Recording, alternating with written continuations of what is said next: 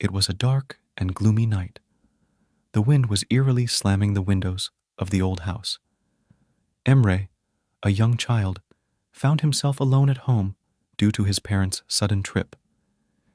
His parents had to leave the city for an extended business journey, leaving him with a strange sense of unease in the silence.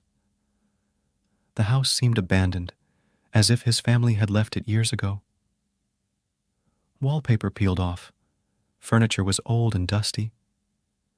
Emre thought to himself, being alone in this house feels strange. But he stepped out of his room to gather his courage. Silence prevailed in the corridor. Emre only heard the sound of his footsteps. However, he felt that something was off. His eyes followed the shadows in the dark corners, as if something was hiding there. As he progressed, he began to hear the ticking of an old clock. Yet he was sure there was no working clock in the house. Emre's tension increased with every step. Suddenly, the door to the bedroom creaked slightly. His heart started pounding rapidly, but he couldn't bring himself to go back to his room and secretly close the door. It felt like something was watching him from the shadows. The silence felt like a deep void for a moment. Then suddenly the door began to open rapidly. Emre froze for a moment.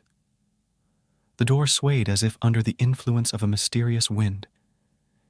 In fear, he couldn't summon the courage to close the door.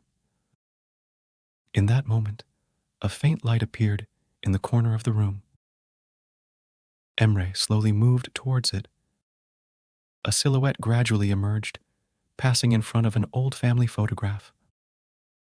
The faces in the photo seemed familiar to him. Moments of happiness when his family was once content in this house.